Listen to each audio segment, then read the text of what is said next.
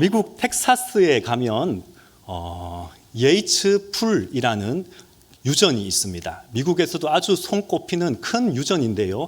이 유전은 사람의 이름을 따서 예이츠라는 사람의 이름을 따서 예이츠 풀이라고 불려졌습니다. 이 예이츠는 원래 목장을 경영하던 사람이었습니다. 그가 목장을 경영하기 위해서 큰 돈을 대출을 받았습니다. 그리고 목장을 이렇게 경영해 나가는데 점점 적자가 되었습니다.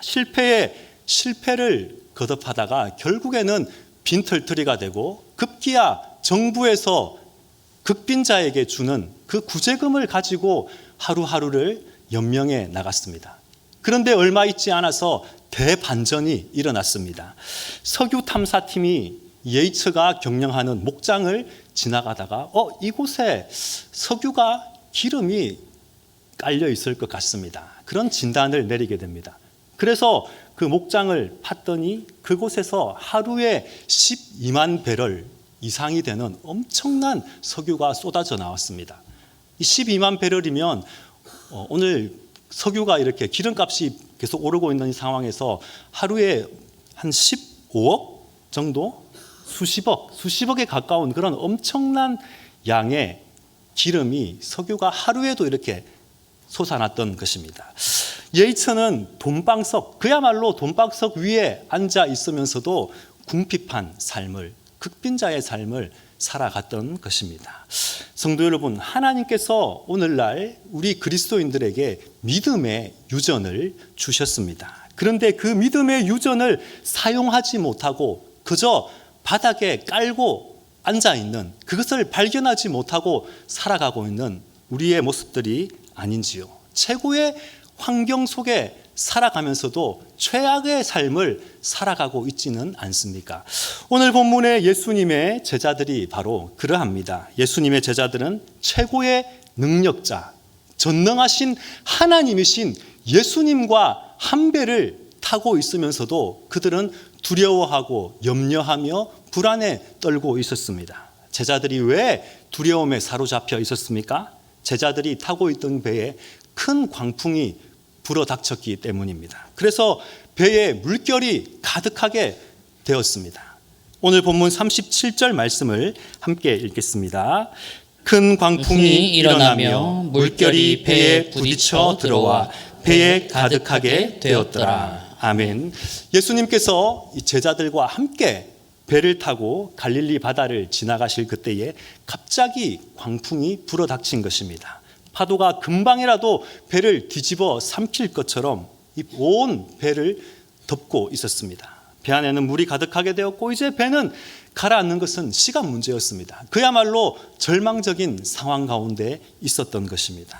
그런데 여러분, 오늘 제자들이 갑자기 풍랑을 만난 이유가 무엇입니까? 풍랑 가운데 왜 이렇게 곤혹을 치르고 있습니까? 노를 젓는 제자들이 초보라서 이런 어려움을 겪고 있는 것입니까? 제자들이 갈릴리 바다의 기후를 몰랐기 때문에 이런 어려움을 당하고 있는 것입니까? 그것이 아니죠. 예수님의 제자들, 초기에 예수님의 제자들로 부름을 받았던 자들은 대부분이 갈릴리 어부 출신들입니다.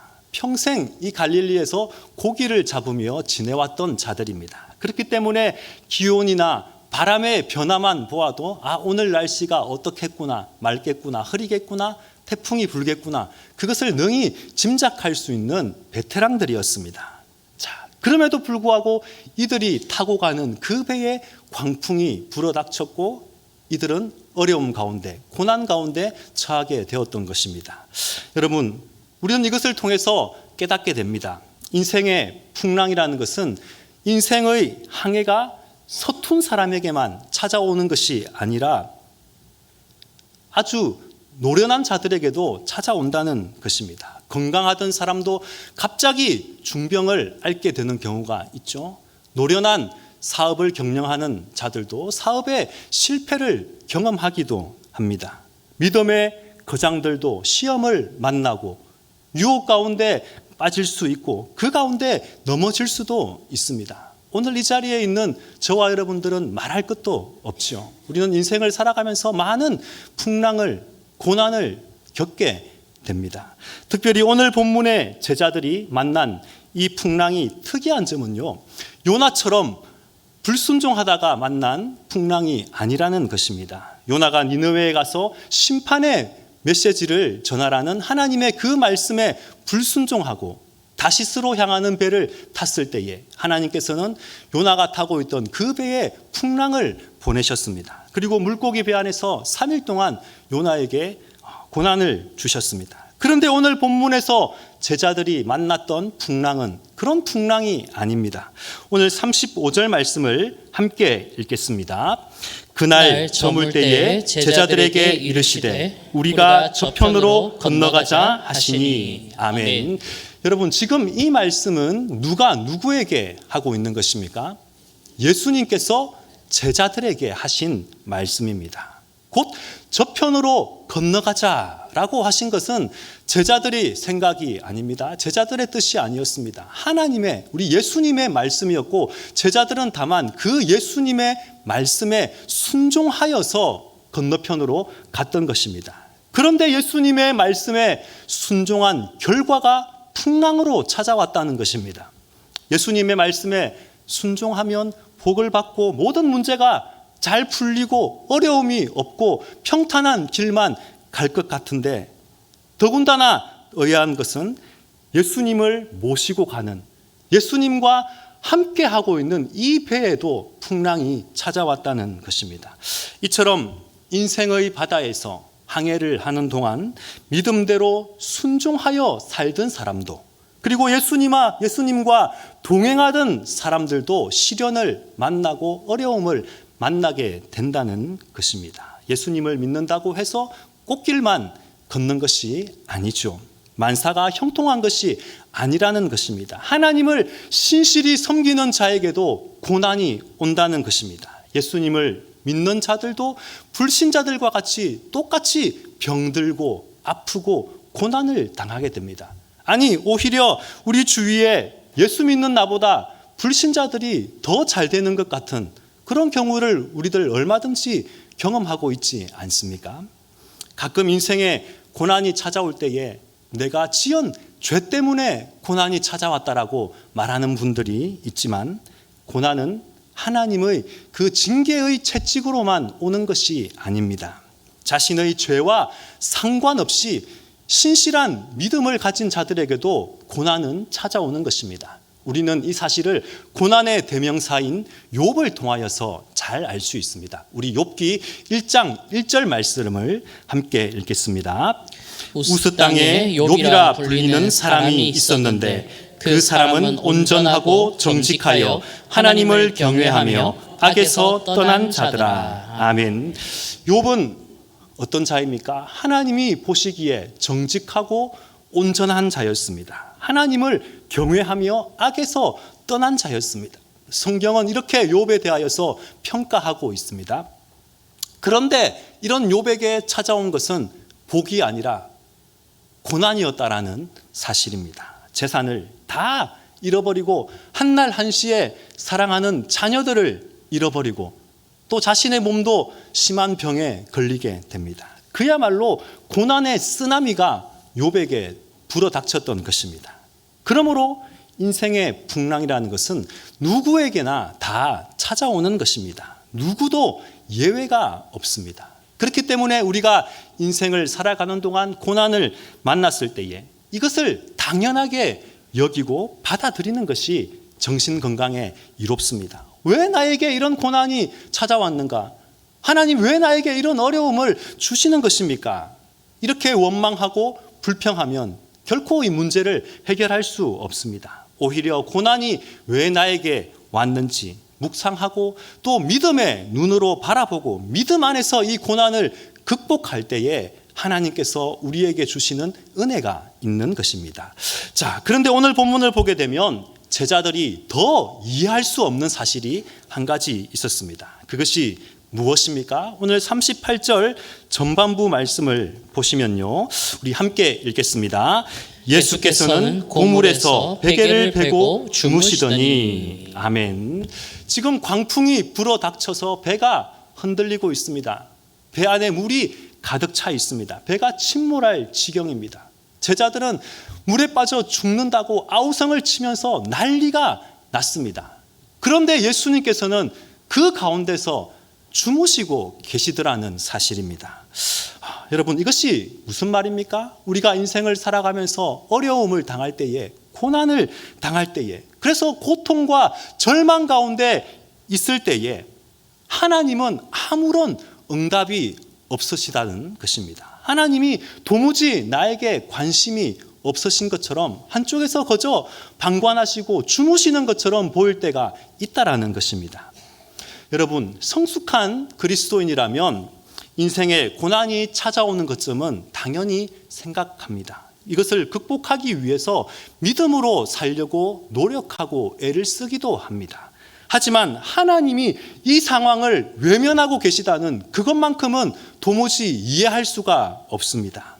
그래서 이 상황이 너무나 고통스럽게 다가올 때가 있습니다. 이럴 때 정말 하나님이 과연 살아계신 것인지 의구심이 들 때가 있는 것이죠. 제자들은 지금 절망적인 상황 가운데 있습니다. 죽음의 공포 가운데 빠져 있습니다. 그런데 예수님은 이런 상황에서 주무시고 계십니다. 제자들을 돌보시지 않는 것 같아 보입니다.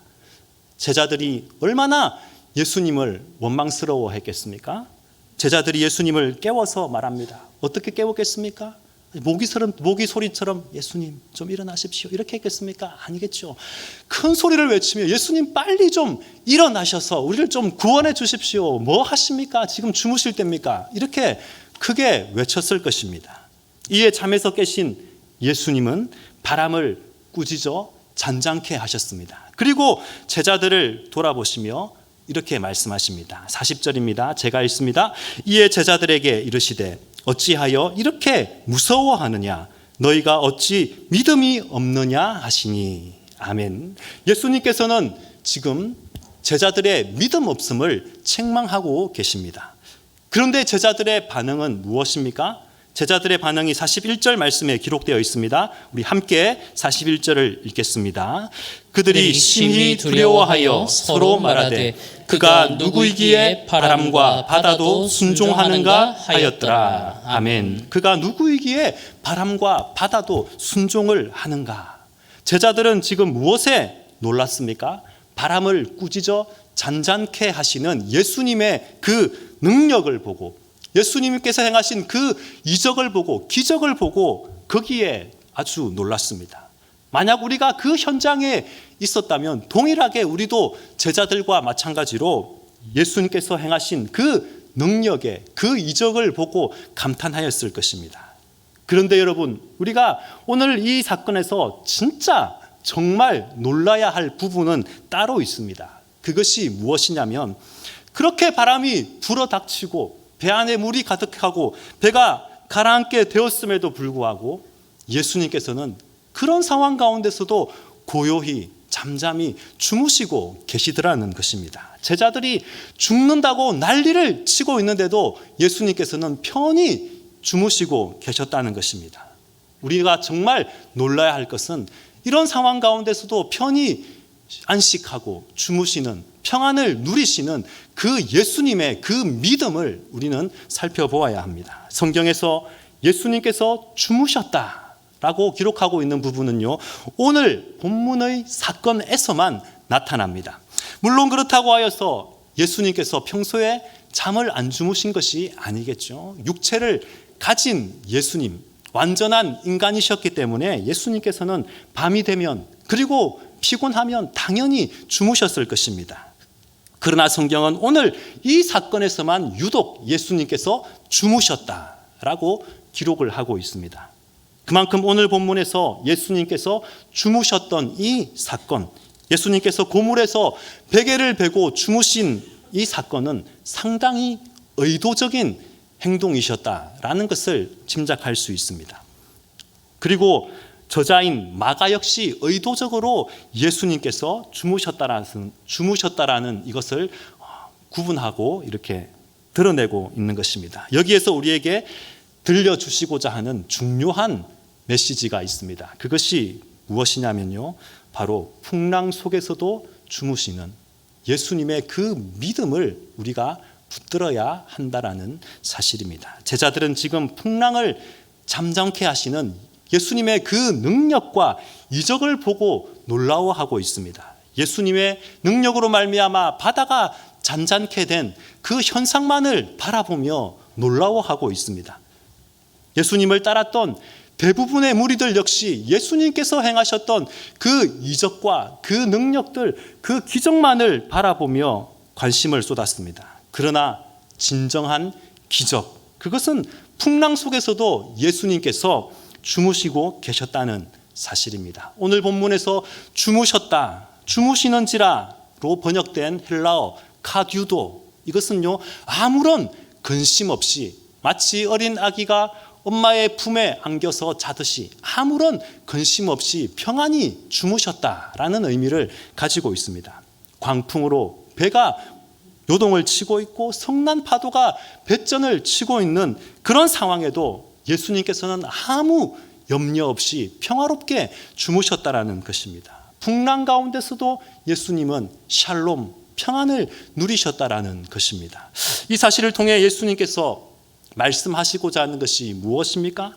풍랑 속에서도 평안할 수 있는 믿음, 이것이 바로 우리에게 필요하다는 것입니다. 그래서 예수님께서 제자들을 책망하시면서 하셨던 말씀이 무엇입니까? 너희가 어찌 믿음이 없느냐, 너희가 어찌 믿음이 없느냐, 이렇게 말씀하셨습니다. 이것을 반대로 말하면 너희가 믿음이 있었다면, 너희가 진정으로 믿음이 있었다면 두려워하지 않았을 것이다, 염려하며 불안해하며 떨지 않았을 것이다, 그렇게 바꾸어 말할 수 있습니다. 여러분, 예수님께서 바로 이것을 우리에게 요구하십니다. 우리가 정말 구해야 할 것이 무엇입니까? 주님, 우리의 환경을 잠잠케 해주십시오. 성난 파도를 좀 가라앉혀 주십시오. 내 인생의 문제를, 어려움을 좀 해결해 주십시오. 나의 병을 고쳐 주십시오. 사업의 문제를 좀 열어 주십시오. 물론 우리가 이런 기도를 올려드려야 할 것입니다. 그러나 더 중요한 것은 예수님, 어떤 환경 속에서도 어떤 풍랑을 만날지라도 평안을 누릴 수 있는 믿음을 주십시오. 이 믿음이 우리에게 필요한 것입니다. 성도 여러분, 어떤 상황 가운데서도 어떤 풍랑이 찾아와도 평안할 수 있는 것, 이것이야말로 진짜 기적이라는 것입니다. 오늘 우리 주님께서 주시는 절대적인 이 평안과 평강이 우리 가운데 있기를 주님의 이름으로 축복합니다. 그러므로 문제는 무엇입니까? 환경이 아닙니다. 우리의 믿음입니다. 풍랑이 문제가 아니라 우리의 믿음 없음을 돌아보아야 한다는 것입니다. 성도 여러분, 과연 우리에게는 환경과 상황을 뛰어넘는 그런 믿음이 우리에게 있습니까? 대부분 우리는 문제를 만날 때, 어려움이 생길 때 그 문제만, 어려움만 바라보며 원망하며 불평할 때가 대부분입니다. 염려하고 근심하고 거기에만 온 신경을 몰두할 때가 있습니다. 그러나 문제에만 갇혀 있으면 결코 답이 보이지 않습니다. 길이 보이지 않습니다. 이때 필요한 것이 무엇입니까? 바로 믿음이죠. 그렇다면 이 믿음은 어떤 믿음입니까? 예수님께서 내 인생의 모든 문제의 해답이시다 라는 이 믿음이 우리에게 필요한 것입니다. 여러분, 예수님께서는 광풍이 불어닥치는 그 순간에도 아무 염려 없이 평안히 주무시고 계셨습니다. 어떻게 그럴 수가 있습니까? 어떻게 그 요동치는 상황 가운데서도 평안히 주무실 수가 있습니까? 예수님께서 너무 많은 사역으로 인해서 너무 피곤해 지치셔서 지금 이 상황도 모르신 채 주무셨던 것입니까? 그것이 아닙니다. 예수님이 바다를 지으시고 파도를 만드신 창조주 하나님이시기 때문입니다. 예수님은 창조주 하나님입니다. 바다와 파도, 폭풍우가 아무리 강하고 높아도 결국 하나님께서 만드신 피조물에 불과할 뿐입니다. 그리고 이 세상의 모든 피조물은 창조주 하나님의 그 섭리 아래, 그 손길 아래에 있다는 것을 우리는 기억해야 합니다. 아무리 파도가 요동을 치고 배가 흔들리고 폭풍우가 몰아쳐도 하나님의 섭리 안에서만 움직일 뿐이라는 것입니다. 예수님은 지금의 이 상황이 어떻든지 간에 당신이 지으신 피조 세계 가운데서 주무시며 평안을 누리고 계시는 것입니다. 그런 예수님에게 무슨 염려가 있고 근심이 있고 불안이 있겠습니까? 예수님에게는 오직 평화만, 평강이 있을 뿐입니다. 성도 여러분, 바로 이분이 우리가 믿는 예수님이라는 사실입니다. 바로 이분과 함께 우리가 한 배를 타고 인생의 여정을 가고 있다라는 것입니다. 예수님이 우리의 인생의 항해의 선장이 되시고 우리의 인생의 길을 인도하시는 인도자가 되시며 우리의 삶을 디자인해 가신다는 사실을 우리는 반드시 기억해야 할 것입니다. 그렇다면 우리에게 결코 두려움이라는 것은 없을 것입니다. 예수님과 한 배를 탔다면 광풍이 몰아치는 그 상황이라도 우리는 평안을 누려야 하는 것입니다. 우리의 인생에 어떤 어려움이 닥쳐도 그 모든 것을 계획하시고 섭리하시는 분은 바로 우리와 함께 하시는 하나님이라는 사실을 우리는 붙들어야 하는 것입니다. 전능하신 그 하나님이 우리와 함께 계시고 그 하나님께서 우리를 가장 아름답고 선한 길로, 완전한 길로 인도하신다라는 그 믿음을 우리는 가져야 한다는 것입니다. 그러므로 예수님께서 제자들을 향하여 너희가 어찌 믿음이 없느냐 이렇게 책망하신 것은 이런 의미입니다. 온 세상을 창조한 내가 너희와 함께 여행을 떠나고 있지 않느냐. 그런데 너희가 어찌하여 폭풍우 때문에 무서워하느냐. 그것은 바로 너희가 믿음이 없기 때문이다. 내가 너희와 함께 하지 않느냐. 두려워하지 말아라. 이렇게 예수님께서 말씀하고 계시는 것입니다. 예수님은 제자들의 믿음이 없음을 책망하셨습니다. 제자들이 두려워하였던 것은 환경 때문이었습니다. 상황 때문이었습니다. 눈에 보이는 폭풍우 때문에 두려워하고 염려하며 불안에 떨고 있었습니다.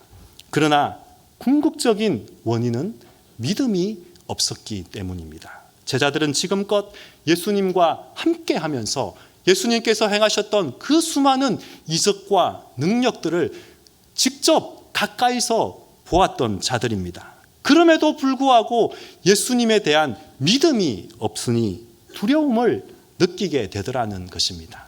여러분, 두려움과 믿음과 두려움은 대조됩니다. 마치 시소를 타는 것과 마찬가지입니다. 믿음이 내려가면 두려움이 올라가고 두려움이 내려가면 믿음이 올라가고 마찬가지입니다. 믿음이 없으면 환경이 두려울 수밖에 없고 믿음이 없으면 시험이 두렵게 되고 믿음이 없으면 고난이 두렵고 믿음이 없으면 때로는 사람이 두렵기도 합니다. 믿음이 없으면 눈에 보이는 환경 때문에 무서워합니다. 하지만 믿음이라는 것은 이런 환경과 상황에 개의치 않습니다. 믿음은 상황을 뛰어넘는 것입니다. 그러므로 우리는 눈에 보이는 환경을, 상황을, 사람을 두려워할 것이 아니라 눈에 보이지 않는 하나님을 믿어야 하는 것입니다. 성난 파도를 두려워하는 것이 아니라 그 파도 속에서도 평안히 주무시는 그 예수님, 전능하신 창조주 하나님을 믿는 믿음을 가져야 한다는 것입니다. 그 하나님께 우리의 믿음의 기초를 두어야 하는 것입니다.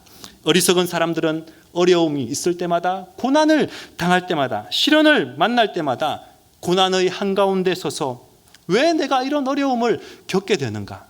원망과 불평에 빠질 수밖에 없습니다. 그러나 오늘 본문에도 보시면요, 왜 제자들이 타고 가는 배에 광풍이 불어 닥쳤는가?